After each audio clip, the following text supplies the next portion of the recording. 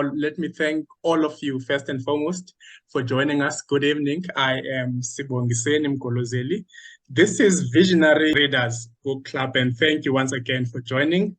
We actually have a mission in the vision, and there's also a purpose why we exist as a book club. I will start with the purpose. It's basically very simple. Our why for existence. We want to encourage each and every member of the book club to read better and more books. The more books we read, the better we become as human beings. We believe actually reading is the basic foundation that is critical or very necessary for one's success and growth in life.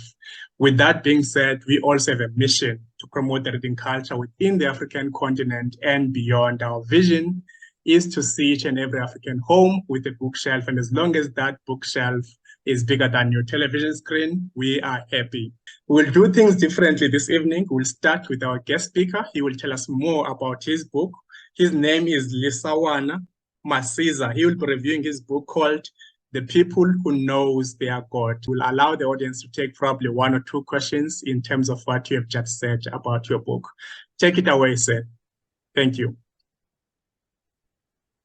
Thank you very much, Mr. Chairperson, and good evening to you, ladies and gentlemen. Thank you very much for the opportunity to come and join the book club meeting tonight to review the book that I wrote, which is titled The People Who Know Their God, and the subtitle is that they will carry out exploits. So, as he has mentioned, my name is Lesaoana Masiza, and I'm based in Pretoria. So this is the book which I launched this year. I published and launched this year in April. So the storyline, this is actually an autobiography. It is about the journey of discovering my purpose in life.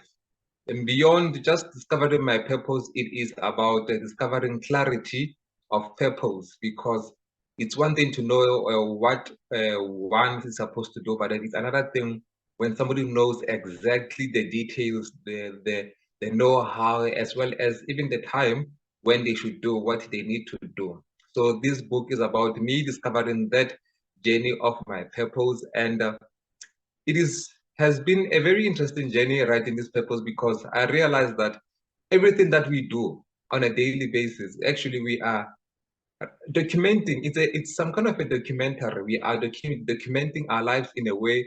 It is something that which is worth being recorded and documented for a particular cause. And in this case, as I was writing, I realized that even the small, almost negligible things that have been happening in my life, the things that I did, were actually me documenting my life. So as I was writing this book, it was quite easy for me to really put it down, because I realized that everything that I have been doing was actually meaningful and a build up towards the writing of this book. So as I usually say when I explain the storyline, is that for instance, as the Bible says, so now this is a Christian book. It's a religious genre of the book, and Christianity in this case. It's because I always say that when we are as humans, we are in the body of Christ. For those who are Christians, we are in the body of Christ, and the body has got plenty of various parts. So first of all, I know that my position in life is that I am in the body of Christ. And secondly, now what I need to know is that where in this body do I feature, meaning that which organ am I? And then that's the second step towards discovering one's purpose. And thirdly, if for instance I say I am a hand, then now the big question is, which hand are you? Are you a left or a right hand? You see, we are in point number 4 of discovering purpose. And then point number 3. And point number 4 is that now if I am a left hand, then what is my duty as a left hand? Is my duty to receive or to give, or maybe to build or to destroy something? That's my duty, because even the destroying is also a good purpose that one can be called to, because Jeremiah says, the word of God in the book of Jeremiah says that Jeremiah is called to be a prophet, number one.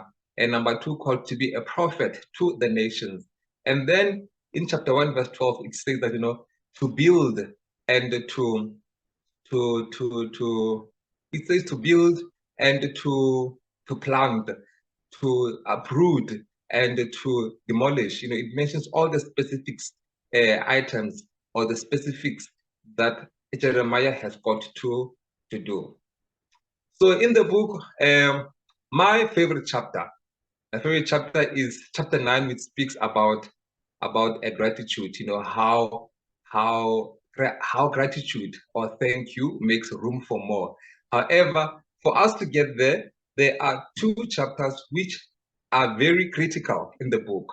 One is chapter 3 that speaks about the components that are helping people to have a successful journey of faith. And the chapter is called A Thriving Walk of Faith. So now I detail all the things which help me to really be successful at maintaining a good spiritual stance, because I've been Christian since 1996 when I was 10 years. So I've been Christian for 27 years, and I'm grateful that God has kept me, even though at some point I kind of slacked down because of some challenges that we had at church.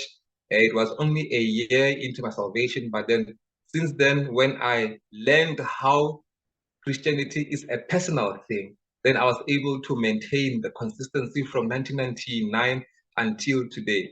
So now I mentioned all things which are knowing the scripture and being able to apply them to apply scriptures properly. The importance and how powerful prayer is. I speak about meditation. How meditation is important in helping people to really be centered and grounded, and helping them have sense of awareness. Also, I speak about other things such as journaling, how journaling helps us really search our souls and identify the challenges that need to be addressed. And then chapter 6 is called Parting Red Seas. This is now when these components had to be put into practice when I was facing challenges in my life. There are a number of challenges which I mentioned there, where I had to confront people who are in high positions, who were not really doing their part that was supposed to play, and I had to confront them. And I realized that life is actually very spiritual. For me to have conquered all of those challenges, I had to apply my spirituality. I had to pray, and I had to follow my dreams and visions, because I saw visions of the things which were challenging me and how I had to challenge them. So now in the book, I detail all of those components of how it went about. So just to give a brief overview of a couple more chapters, or rather the rest of the chapters, so that you understand contextually why I am talking about all of these things. So chapter 1 speaks about how it all started. So it all started in 1994. I was 8. That's when I embarked on my purpose, unknowingly so. But when I reflect, when I journal and meditate, I realize that all the things that happened from as early as 8, I had actually started embarking on a journey, but I only became aware of that much later in life. Then chapter 2, it speaks about the plans that God has for us. So that is where now I talk about when and how the seed of destiny was planted in my life. Chapter 3 is the one that talks about the components of a thriving walk of faith, which I've just mentioned. And then chapter 4, I speak about the divine visitations that I had, in terms of spirituality. So now, even in the disclaimer of the book, I speak about the fact that if you're not ready or you are sensitive about matters of spirituality, then chapter 4 and chapter 5, especially chapter 5, you need to stay away from. So chapter 5, I speak about my good heavenly encounters that I had with God, that I had with angels, and all the heavenly beings. Chapter 5, I speak about spiritual warfare. I speak about demons, I speak about Satanism, I speak about devil worship. Not necessarily that I was part of that, but it is the the encounter that I had with the devil worshippers and the Satan and the kingdom of darkness. So chapter 6 is about the seas which are parting, where I had to apply the components of faith to enable me to conquer through life's challenges. And then chapter 7, I speak about childhood traumas. There I mentioned that when you see people misbehave or they don't perform as effectively as they should, sometimes it's not that these people are just being delinquent or just lazy. However, there are usually underlying causes that led to them behaving like that. So it's important that when you see somebody misbehaving or not to do or just acting out of character, it's important to really sit down with them or maybe study their lives. And then as you do that, address the issues which are underlying rather than you addressing what they are doing currently. In that sense, one can be able to help people out of what they are in trouble about. Then it comes to chapter 8. I speak about honoring God with our substances. But, as Christians, Mr. Chairperson, I don't know Yes, if I still have enough time. I don't know if I still have enough time. Maybe you can wrap up within 2 minutes. You still have enough time. Okay, thank you. Let me do so. In chapter 8, I speak about honoring God with our substances. That when we receive Christ, it's not a matter of Him being the Lord over our lives.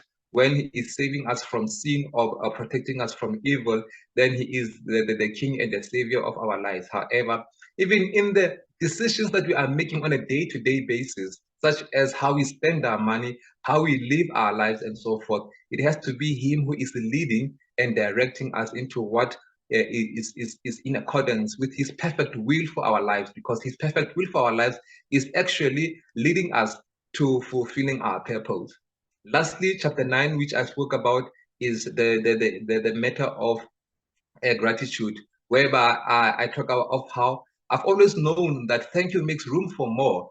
But throughout my journey of Christianity, I did not understand, but I believed it. However, just recently, last year, it was detailed by revelation how thank you makes room for more.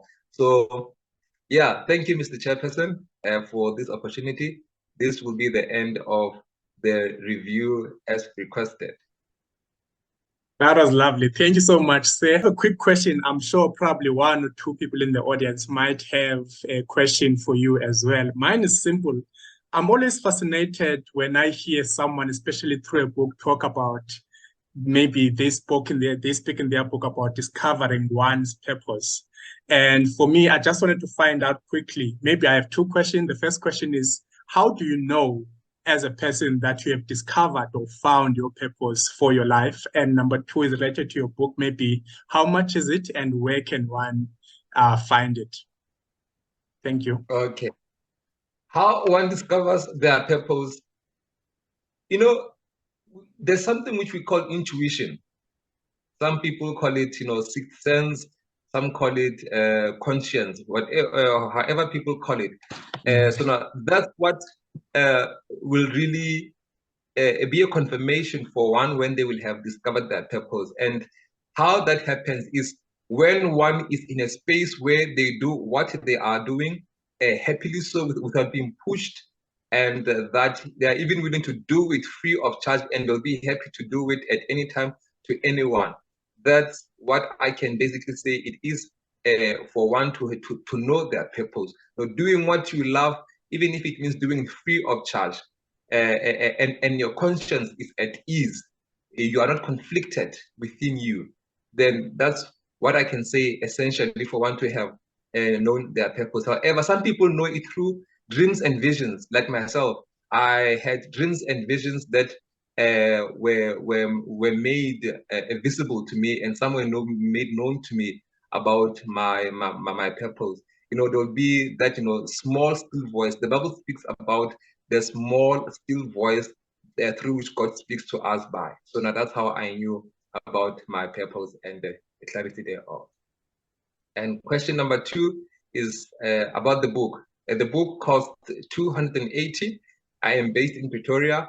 You either buy it on our website, We have hard copy and soft copy from our website, which is called www.masizaconsultancy.co.za, or you can get hold of me on my business number, which is 065 848 7640. I can leave the details in the chat after this conversation. Yes, please. Maybe we can do it immediately. Now, ladies and gentlemen, in the interest of time, we will move on with our program. And next up, I see my brother is already on video and ready to deliver his review. That will be Mr. Andre Young. He will be reviewing a book titled The Untethered Soul by Michael A. Singer. Can you unmute my brother and confirm if you are ready? Good evening, colleagues. Good evening, Sibongiseni. Good evening, my brother. All right, let me not waste time. Please take it away. Masiza, thank you for that beautiful segue. Your book flows so nicely into Michael's work, and it's indeed an absolute easy task for me today to take the baton from you because you set the bar so beautifully. Now, my review of this book has asked me to ask you to indulge me in breaking it up into different sections. And the last time I was here, I talked about part 1 and 2, where he talked about awakening consciousness. He talked about understanding this voice inside of your head and learning to deal with that inner roommate that you have to build a relationship with. He also asked you to, there's a Singer in his work, to really examine who are you and to become comfortable with this lucid self. He introduced the concept of the seat of self, the witness seat, where you can see yourself. But really, what was he doing? In chapter 1, he was asking you to stop this thinking and doing that you've been conditioned to your whole life and start seeing as level 3. In part 2 of the book, he took you from thinking, doing, seeing now introduced, to being, experiencing energy, experiencing the infinite energy of who you are, and transcending from thinking and doing to being and seeing. In part 3 of the book, which is what I'm going to review now, Michael asks you to free yourself. Now, free yourself is a big statement, because we've got so many examples of amazing people in our country, in our culture, that have been trapped. Mandela, locked up in jail for 27 years and then becoming free. And we used to sing, freedom is coming tomorrow. Singer asks you, in his writing now, to learn to let go of it all. Let go now or fall out of the seat of self. And that let go challenge that he puts to us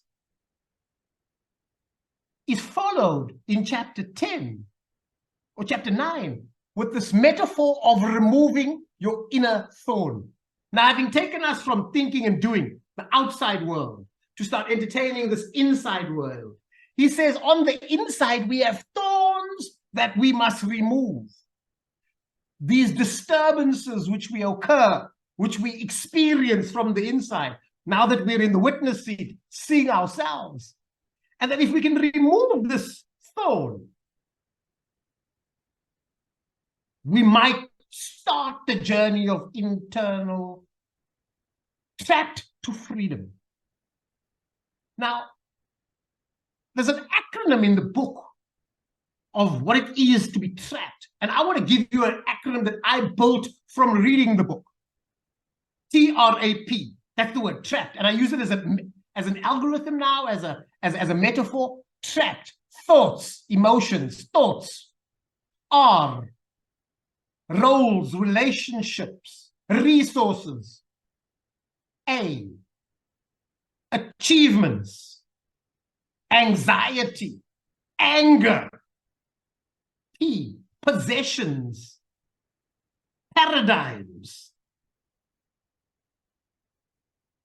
We must let go of these. We must remove the thorn of trapped this pain from the inside. He asks us to recognize that when we let go of these things, we will stop stealing from the freedom of the seat of self. We will be in that seat seeing ourselves, but when we remove the thoughts, the roles and relationships and resource requirements and achievements and attachments and possessions and paradigms, when you let go of all of that, you come to this place of no pain. He describes it as this is the price of freedom. And if you haven't read section 3 of the book, I want to invite you to go and read it. But don't just read it. Marinate yourself in it. Start this journey from trapped to free. Start this journey from insecure to secure, unsafe to safe. Start this journey from chaos to stability. I'm going to leave it there. And I promise to come back with section part 4, going beyond removing the thorn. And now that you are free, how do we go beyond? And then how do we live life? And I'm going to do the last 2 chapters in one in my next review. But Singer, in this book called The Untethered Soul, the untrapped soul, the unattached soul, the untethered, meaning free, asks us to begin to examine the very nature of our being. And I'm going to end with this beautiful saying: if you're going to let go, let God. Lovely, my brother. Thank you. If we are going to let go, let God. I'm sure even Lesaoana Masiza is smiling where he is. Thank you so much for that review. I always appreciate your energy, your enthusiasm whenever you are reviewing a book, my brother. Thank you so much. And that part whereby when you are reading part of the book, you say, don't just read, but marinate yourself into it. I found myself laughing because I could understand clearly what we are trying to do with that. Because there are so many chapters in the book that can be so good. You just need to stop, allow yourself to relax and absorb that information that is there because you found it so critical. So thank you so much for that. My pleasure. Okay, I see Dineo raise her hand. Dineo, let's allow you, ma'am, to ask a question. Over to you, or even a comment. Okay, thank you so much. Can you hear me? Loud and clear, ma'am. Yes. Okay, fantastic. Good evening, everyone. My name is Dineo. So I heard something about letting go and letting God. So I just need to find out that in the book, does the author now offers tips, maybe about tricks on how to go about letting go and being in the moment and letting God? Does he give maybe practical tips on how to do that? Thank you. Yes, he does.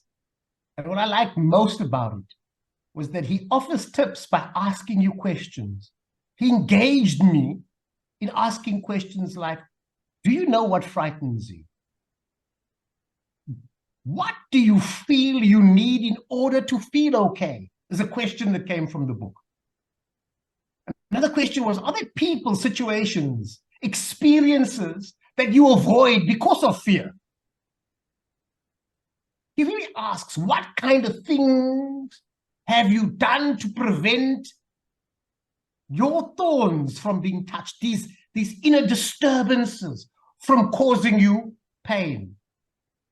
I found that in answering those questions, in my quiet time, having read this, I had to come to the seat of witness and say, Andre, what are the years of norms and standards that you've had to conform to, that you've been conditioned by in your life, by your parents, by your teachers, by your community, by your gangs? I grew up in Ulokshi, and those boys were, you had to take out your okapi. And say, what were the things that I had to come to? So the practical tips was not advice on what to do, but it was practically examining what you need to free yourself.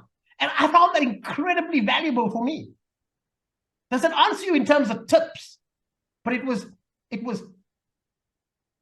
do you really spend time reflecting on yourself? Okay, I I guess. hope that helps, Dineo. Can you confirm, Dino, does that help?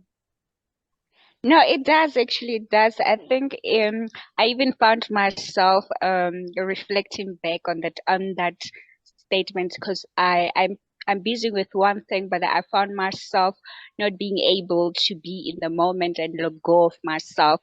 But then it does kind of help me somewhere that, you know what, just sit back and relax and reflect on to why is this experience frightening you so much, and what are the things that you can do next to help you relax and be present in the moment and be able to enjoy the experience. So yeah, thank you so much, Andre. I'll start asking the questions or maybe even buy the book. Now, that's what I'm really hoping you'll do. I hope you'll read his work. I can tell you, having read that book, it led me down a path. And this wasn't tips from the book. This was tips from listening to myself. Okay. All right. Now, fantastic. I eventually took up a spiritual practice at a university called the Brahma Kumari World Spiritual University. Now, this is a tip from me, not a tip from the book. A tip I took, that I do, that the book inspired. Okay. I became Okay. a scholar of spirituality. And I can tell you that I deepened this practice of letting go, not by only having read the book, but by now building the letting go muscle. And I can recommend it to you. It's called the World Spiritual University from the Brahma Kumari. I go there, it's free. Like Spongiseni offers you free book reviews here. You can go to the center in Houghton. I go to the one here in Cape Town. I go to the one in London. I go to the one in India. I go to the one in New York. I'm heading out to Peace Village in New York at the end of July, an invitation that they sent me. But the tips came after I read the book. But the book planted the seeds. I just had to give them water, and they've grown. And I consider myself to be a scholar now of what it is to be a soul, an untethered soul. Great. Beautiful. All right. Thank you so much. Another hand? Yes, that was Sibongile. I was about to call her on stage to ask a question. Sibongile, are you still with us? You may go ahead. Yes, I'm here. Thank you so much. Thank you, Sibongiseni. Thank you so much, Andre. A lot of things went through my head listening to you, and I wished I had heard you unpack part 1 and part 2. You know what I? It's a recording, really YouTube. Spongiseni pointer. So what really came through my mind was it's true. You know, we always say it's a cliche, but when the student is ready, the teacher appears. And I found that in my journey, having self awareness, if I can put it that way, although listening to that self-talk, that is the most scariest part for most people, that you find yourself not wanting to listen to the truth. You know, it's easy for us to create stories in our minds and use those stories as excuses, lack of a better word, from us, you know, being elevated from the inner being that we are into a higher spiritual level, than actually listen and understand that we are our own obstacles. So thank you very much for that. And I think I would definitely look for the book and read it for myself, because I went through a period in life where I felt like I was being beaten to submission. And submission, which is what you just said, let go and let God. Because in life, we tend to want to be in control and want to know how things are going to pan out. Exactly. You know, I would have plan A, B, C, D, and E. And the past 2 years, I had no plan. And that was the scariest time of my life. And I kept counting days and months, which days became weeks and became months, thinking I'm going to die because I don't know what's going to happen. And here I am. Hence I said I've been beaten to submission and I had to learn letting go in a very difficult way. Thank you so much for that. Yeah, I think it's beautiful. You know, people talk about letting go, but it's actually freeing yourself. And I'm using Singer's words now. You know, many years later, that fear that he asked me to confront, that pain on the inside, I've built an acronym for things. You know, I like acronyms: TRAP, fear. You've heard the common fear one: false evidence appearing real, face everything and rise. I built one called fake ego advising reality. Because when that fake ego, that talking mind of mine, that voice inside was silenced, I was able to let go of the fake ego. Artificial identities, artificial intelligence is the problem of our time. But authentic identity, authentic intelligence is where the freedom lies. So Spongile, thank you for sharing that, because I kid you not, Singer's work of the untethered soul was one of those transformative moments to the question somebody asked Masiza earlier on about purpose, that took me down a journey of finding meaning. And if you haven't read Viktor Frankl's In Search of Meaning, then I recommend you read that too. It had the similar impact on me like the untethered soul. But all of a sudden, I stand today in my authentic identity, that of a soul, an untethered soul. Great. Thank you so much. Absolutely. Thank you indeed, Mr. Andre. We'll move to the review of my book, and that is the speech checklist. If you have seen the program, you will see the person who will be doing that review is Kilebuchile and Chite. Can you confirm, ma'am, if you are with us and are ready for the review? Yes, I'm here and I'm ready. Okay, lovely. Are you okay to showing yourself on video? Yeah. Yeah, okay. Okay, great. Again, everyone, you can please ask one or two questions afterwards, but for now, let's welcome her on stage to deliver that review. Over to you, ma'am.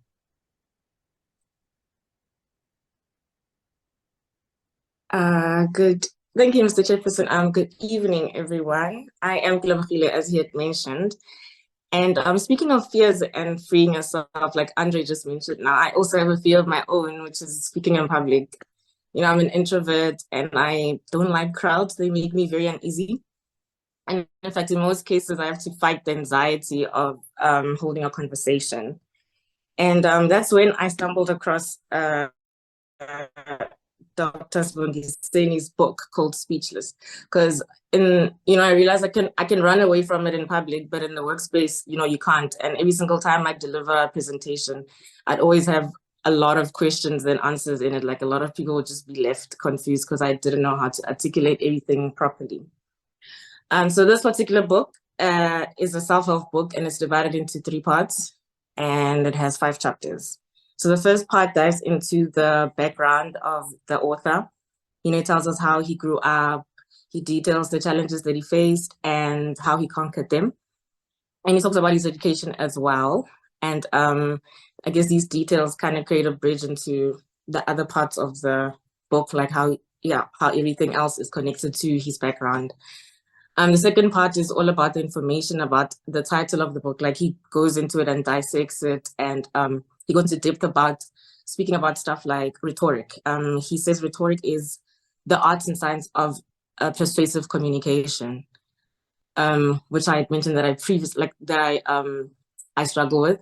So the author draws some inspiration from a great philosopher called Aristotle, who actually came up with this rhetoric concept. So the book also just describes the whole rhetoric thing. You just have to deliver a speech, name your challenges, how you overcame them, the lessons that you learned, and the take-home message. And rhetoric is also divided into 3 parts. ethos, pathos, and legos. Ethos is about the speaker's credibility. So it works better if you personalize the story, like you talk about yourself so that, people can connect better and like you're more credible. And then pathos is the listener's emotions through storytelling. So how the listeners connect with you and, because of how you portray your message and then there is Legos, which is the logic reasoning and the logic reasoning of figures and effects, like how you put those messages to people, like you don't just bombard it and it's like really boring, like how you your delivery, you have to be persuasive, you have to make sure that the audience have some effect. I mean, you have to make sure that however you say it, it affects them in a particular way. And he also demonstrated examples of how like he would use rhetoric. And then he goes into explaining the ABCs of writing a speech. This is your attitude, your body language, and congruence. So with the attitude, you need to show whatever emotion that you're talking about in the speech. You need to make sure that it's portrayed in the speech. And with the body language, if you're saying something is small, you can't say something is small. But that also ties in with the congruence as well. You have to, whatever you're saying with your mind, it has to correspond with your body. So if you're happy, you have to make sure that you're happy when you're saying the speech, and when you're like sad, you have to just pull that sad so that people can connect with that as well. And then we go into the third chapter, which is all about figures of speech. And this describes just the essential tools of communication. He just shows how you can use figures of speech to connect better with your audience. Instead of like making it a really, really dull, just use figures of speech like metaphors. He names a few. And then we move into the last part of the book, where he shares an acronym called HACA, which is humor, acronym, quotes, and abbreviations. He just basically shows us how you can use this HACA in a speech. You can how you can implement humor, and how you can use like certain acronyms to inspire others, even if it's like made by yourself. He makes references to some TED Talks, and he shows you how some people will actually create an acronym. You can even create it from your name. Like my name is Skile. I can say that I'm kind, I am elegant, I am loving, and like how quotes as well can inspire everyone. So it's important to use quotes, which is the Q of the haka. How you can use quotes to inspire others, because not a lot of us read a lot of books, and sometimes when you quote something, you can inspire other people. And so all of these things you can use to make your speech impactful and seamless. And he also talks about how when you write a speech, you need to make sure that you practice so that your delivery is seamless. So I'm just going to jump to, I don't have a specific part about the book that was my favorite. Like a lot of them were my favorite, but it was basically the personal stories that he told about himself, how he was bullied, how he tried to kill himself, how he suffered from insecurities, and how he overcame all of that. He just showed us that your current situation doesn't have to be, he showed us that, the current situation that you're in doesn't have to be your lifetime situation. And in the book, he said towards the end, he said something about the only thing that will stop you from becoming a successful speaker is you.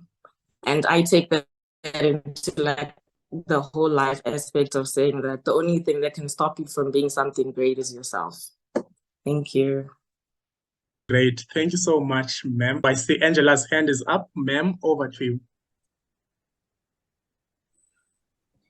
Good afternoon from my end. Thank you for the review. It was quite interesting. It's got me wanting to read this book. I wonder, where they talked about figures of speech, I've always had a question on particularly people from Africa using phrases or figures of speech like, oh, it was as white as snow. Does that communicate clearly? Or another favorite is, oh, I know I'm God's blue-eyed girl. Does that, kind of resonate with us when we use those figures of speech? It's something that I've always thought that we should review so that we are genuine, like Andre said, authentic and relatable. So there's some figures of speech that even in speeches as they are given, I'm like, I know it might sound strange, but I would have used as white as milk because my audience can relate to that. I was 51 the first time I saw snow. So before that, it was just, very theoretical. So I wanted your comment on what other things did they talk about. You kind of hurried over that figure of speech. Were there other tips that could help us as we do our speeches when it comes to figures of speech? Thank you. I love Yes. your review. Okay, thank you. I think the best tip is that you just need to know your audience and you need to know maybe the type of background, the type of people you're talking to, maybe the age group and stuff like that, so that you can be able to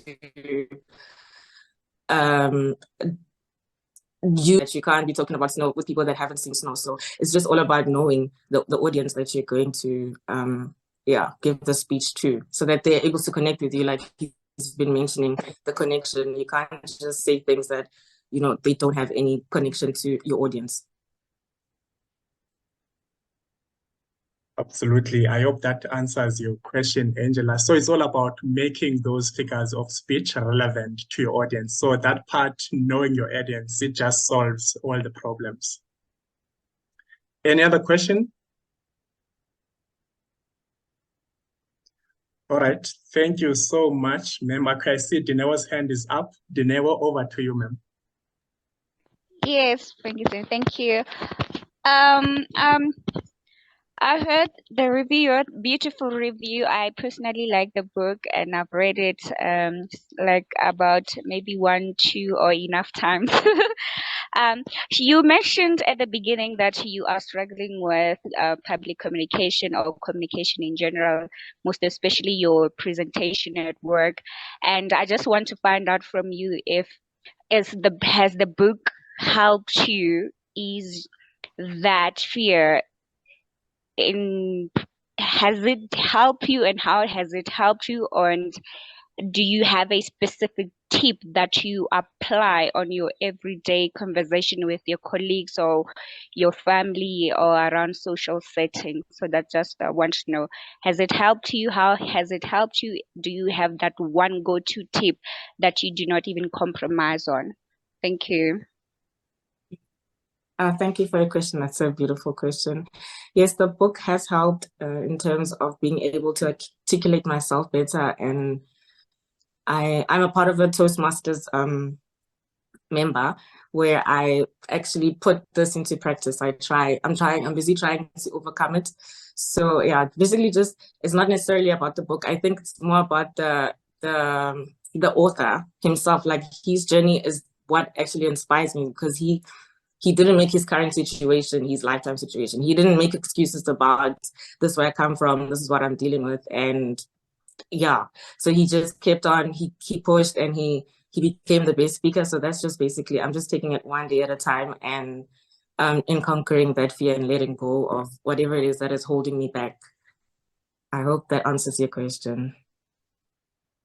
No, thank you so much, Kilebogile. It does answer my question, but I can relate so much to you because even myself, I am a part of Toastmaster, and I had for a very long time had been fearful of speaking my mind.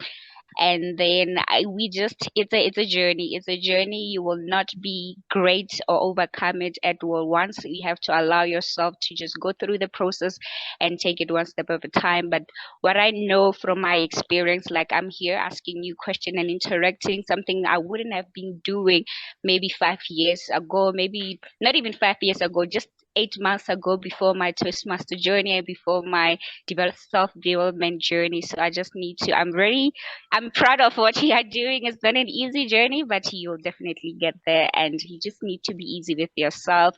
And yeah, you're onto something. Thank you so much for that. Okay. Thank you. Lovely. Thank you, Dineo, for those words of encouragement. Truly beautiful. And thank you, Kelly, once again for the review that you have given. Let me take this opportunity, ladies and gentlemen, to thank you all once again for joining us this evening for these beautiful reviews. It means a lot to us as a book club because we are here to learn. If you listen towards the end, we are all here about encouraging each other in terms of our growth, our personal development, as well as assisting each other in those areas of our lives that we struggle with.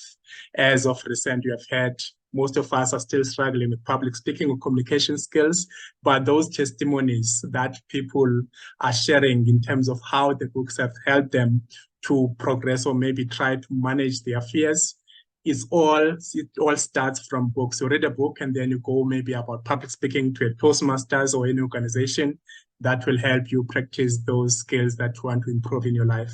So in this book club, we try to do that as well through these reviews. If we are shy, we try to come here, do a review, and then we encourage you to do it more frequently. That way you will grow.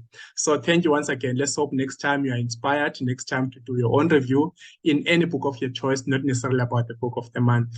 The more we do the reviews, the more even our mission and vision is going to be realized or accomplished. So we appreciate your time. Even though it's a Sunday evening, you're supposed to be resting somewhere, but you chose to be here with us. That means you value your growth. But before you go, let's all show ourselves on video. I want to take a quick selfie for our social media pages.